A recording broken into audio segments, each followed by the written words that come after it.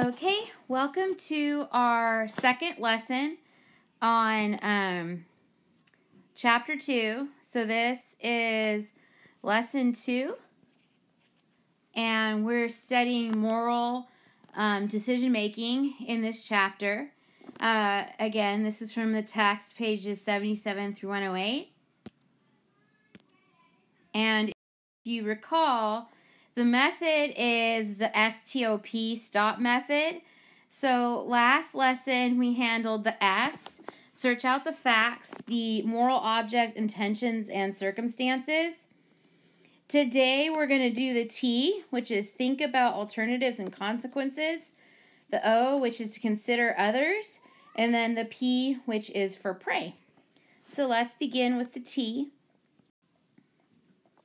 Oh, sorry, I forgot. We have our objectives. So this is actually a mistake. This got copied from the first lesson.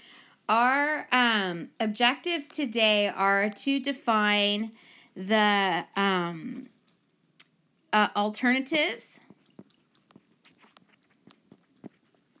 and consequences, and talk about the role they play in moral decisions making. So that's the T, think about alternatives and consequences.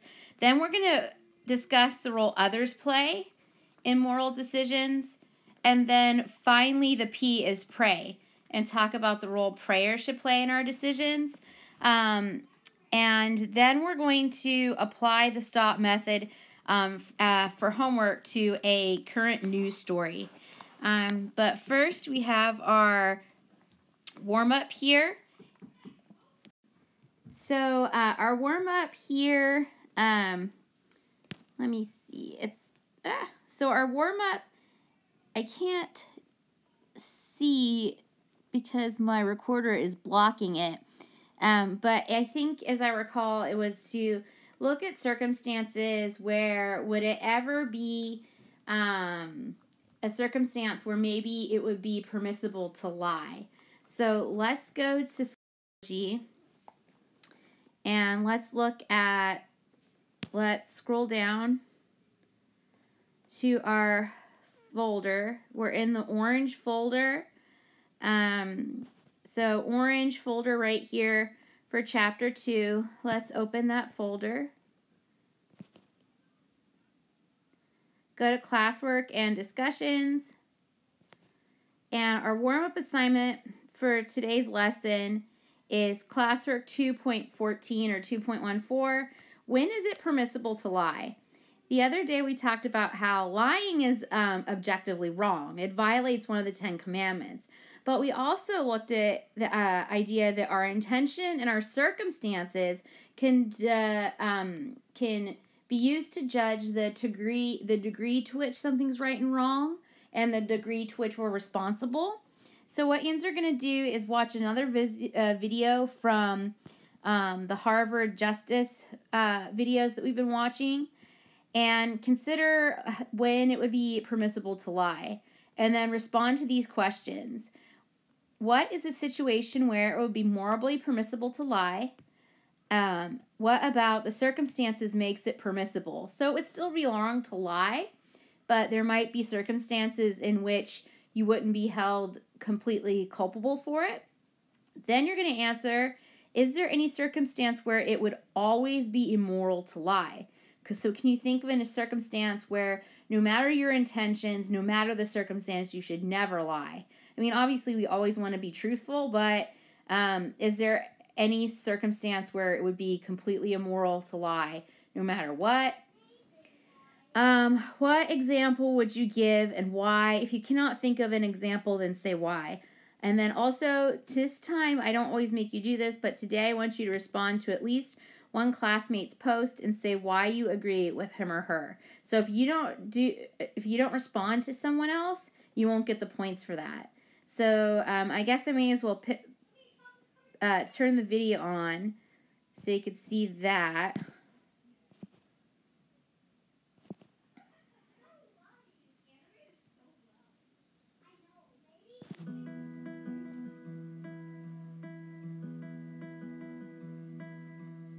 Consider two dilemmas. You are a university student, and you discover that your roommate, who is also your best friend, has cheated on an exam. You wonder whether to report her to university authorities. Or suppose you are an excellent swimmer, and you're a member of your country's Olympic swimming team. Shortly before the swimming event, you discover that a teammate has been taking illegal performance-enhancing drugs. You wonder whether to report him to the authorities. Thinking about these dilemmas raises a question about loyalty and truth-telling. Do you think it is sometimes right to lie or to hide the truth? To protect a friend, a teammate, or a compatriot who's done something wrong?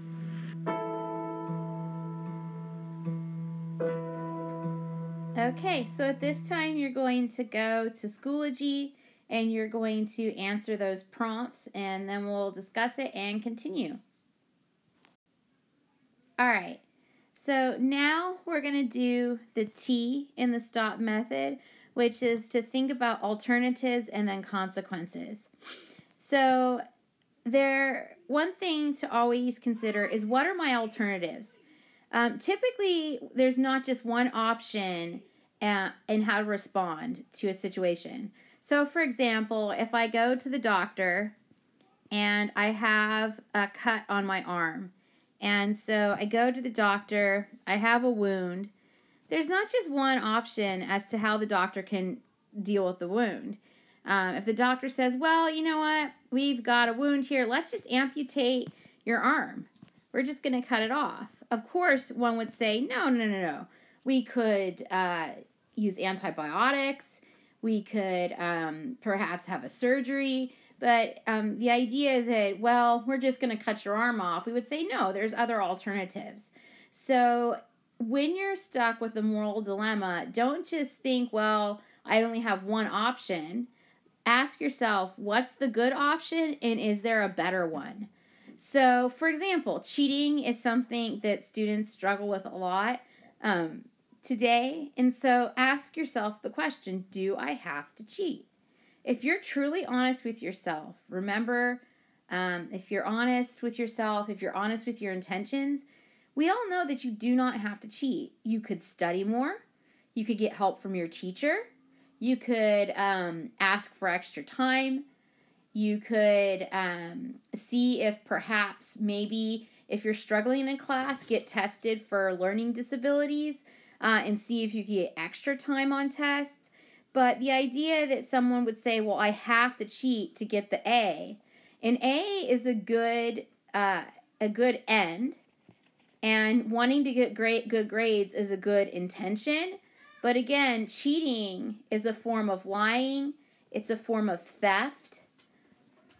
It's also a form of disrespect, RESPECT, of your teachers. So it is morally wrong on many grounds.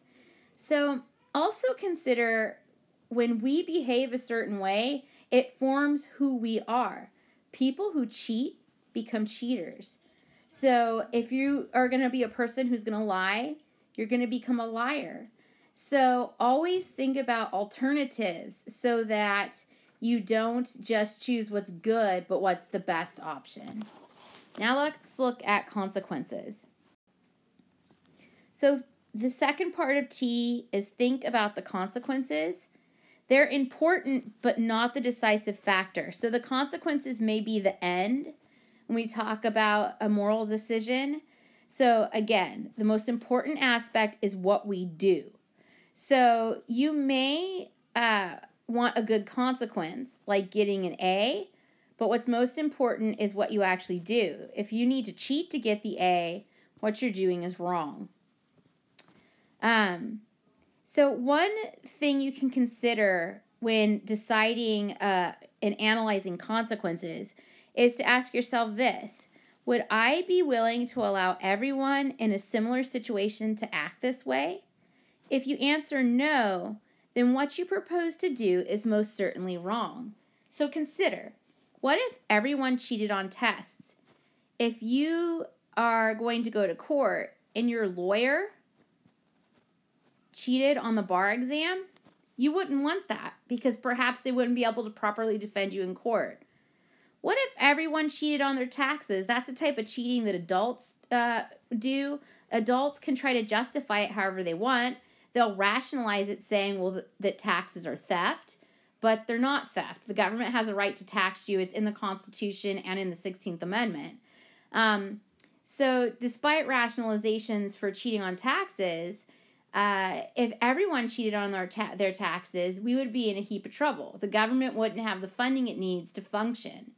What if everybody disobeyed traffic laws? One of the few crimes I've ever committed is I've gotten 2 traffic tickets. One for California rolling a stop sign, and the other was for going through a stop sign that I just didn't notice. I just zoned out and didn't see it. What if everybody did that? If I would have gone, here I am in my car, I go through the stop sign. What if the guy coming the other way goes through the stop sign? We're going to hit each other. So, again, I wouldn't want everyone to disobey traffic laws, so I shouldn't either. And again, thinking about lying, and that was what our prompt was about today. There's different reasons for lying, different motivations, different consequences, but thinking about consequences, what if everyone lied? We wouldn't like that situation. We wouldn't be able to trust what anybody said. And again, going back to the golden rule, I don't want to be lied to, so I'm not going to lie to other people. I also don't want to be a liar. So finally, 2 other rules we can apply when considering the consequences of proposed actions are here. First, only do those things you think will be morally acceptable for all people at all times. So that's kind of the principle we were just applying here. Then next, always respect others as persons of incomparable worth who are made in the image of God. So again, we don't use people as a means to an end. So if you go through life and consider everybody is a brother and sister in Christ, everybody is created by God, our Father, so we all are made in the image of God. Everybody needs to be treated that way. So, for example, if you go to the store and you steal from the store clerk, you're not treating them like a person made in the image of God. You're disregarding their worth and value by stealing from them. You're saying, I'm worth more, I can take what I want, and it's disrespectful of that other person's sort of their right to get paid for their goods, and it's also ultimately most sins are disrespectful of the person. So always make sure we respect others, which is our next topic.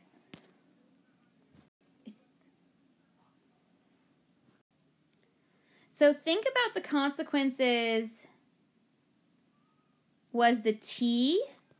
Recall that the O in the STOP method, perhaps I didn't make a slide for it. The O in the STOP method, so O is others. And there, we have to, others are important for 2 reasons. First, you should consult others. So ask your mom, what should I do?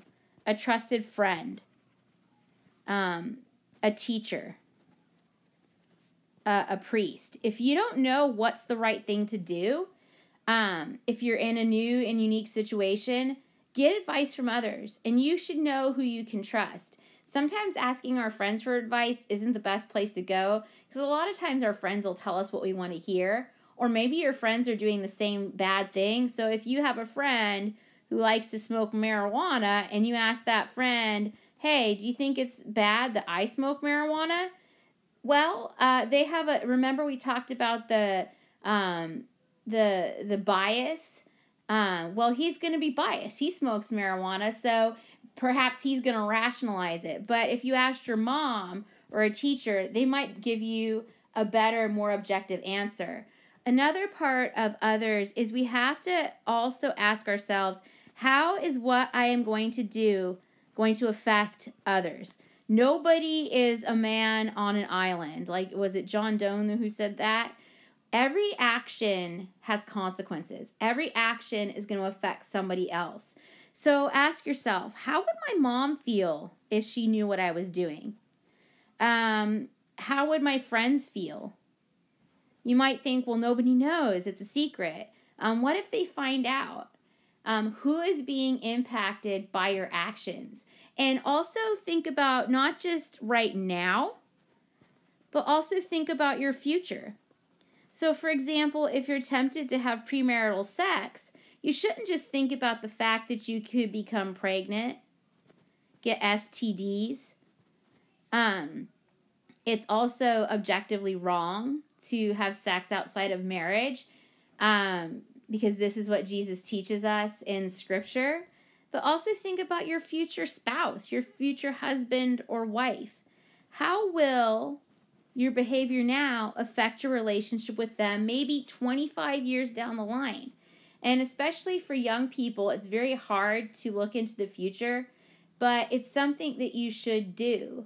What you do now when you're only 17 or 18 years old is going to have an effect on those around you when you're much older.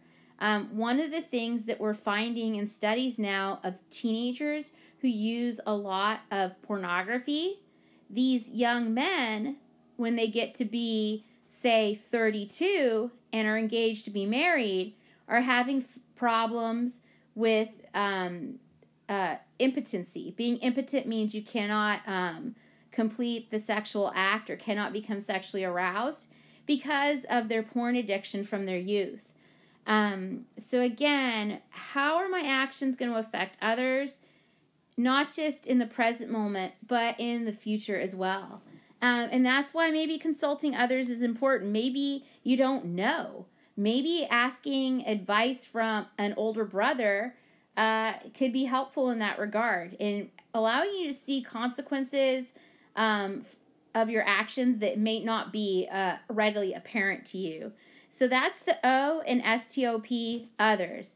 Consult others who are wise, who can help you make good decisions, and also think about how what you're going to do is going to affect those around you. And as a mom, I could say, especially think of your parents. Always think, what would my mom think? How would it affect her if she knew I was doing this? Your parents love you, and what you do matters to them. And, always take them into account. That's just from a mom, just telling you guys, your parents love you, and what you do matters to them. So please keep them in mind. Uh-oh. Missing a slide. All right. The last step in STOP is pray. Now, this might seem like an afterthought or unimportant, but especially when you come to very big decisions, you need the Holy Spirit's guidance. Remember prudence?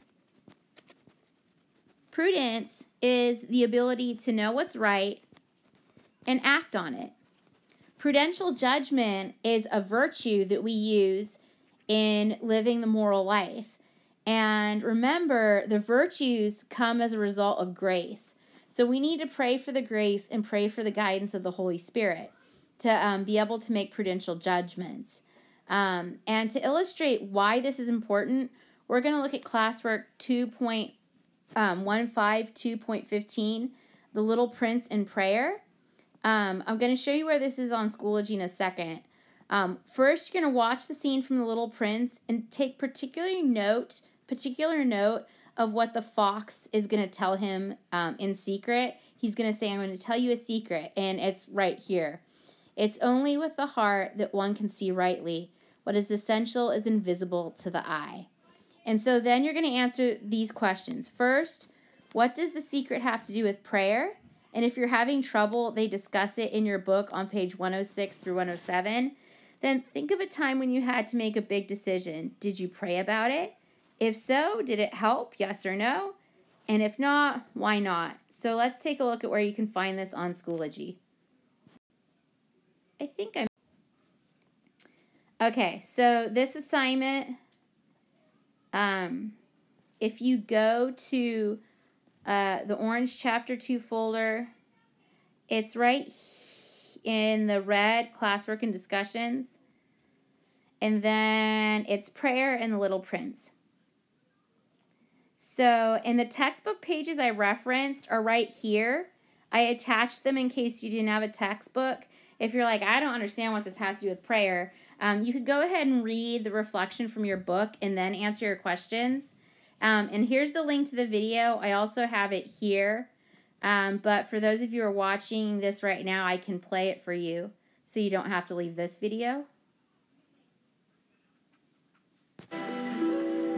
But it happened that after walking a long time through sand, rocks, and snow, the fox appeared.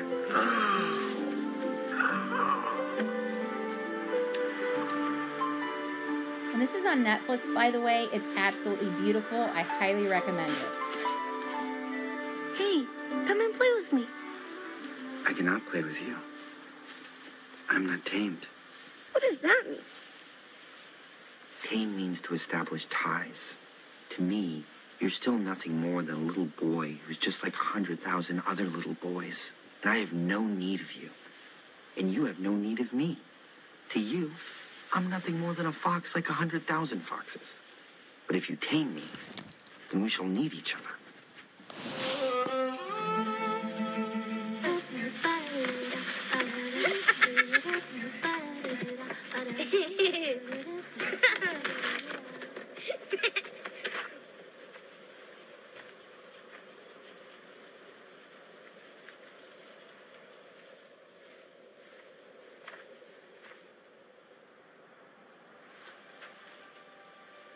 Who are you? We are roses. My rose is just a common rose? But she told me she was the only one of her kind in the whole universe. But she is not a common rose. She is your rose. It is the time that you have devoted to her that makes your rose so important. She's my rose. You must return to her.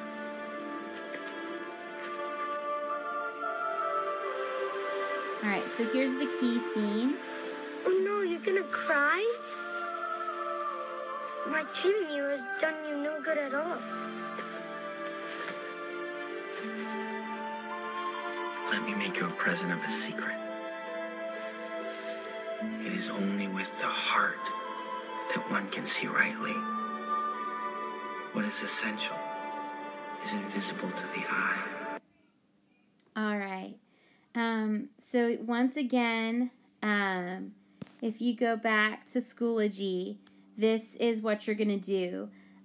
Answer these two questions. What does the secret have to do with prayer? And again, the secret is what is essential can't be seen with the eye, but with the heart, if you want to act rightly. And then think of a time when you had to make a big decision. Did you pray about it? Did it help? If you didn't, why didn't you pray? And again, if you're kind of stumped, what does this have to do with moral decision making? What does this have to do with prayer? Look at these pages from your book. It's pages 106 through 107. Also, kind of think back to last semester when we talked about the difference between substance and accidents, that when the body and blood of Christ change, the substance changes, but the accidents don't. Think about the idea that you're not a soul. You don't have you're not a body that has a soul. You are a soul that has a body. The soul comes first, and you can't see that. So consider that, and then we'll talk about it. Finally, let me tell you about the final assessment for this chapter. It's a homework assignment, so I'm going to show you where that is. It's called Homework 1. So go back to the Chapter 2 folder. Uh-oh. What are you doing?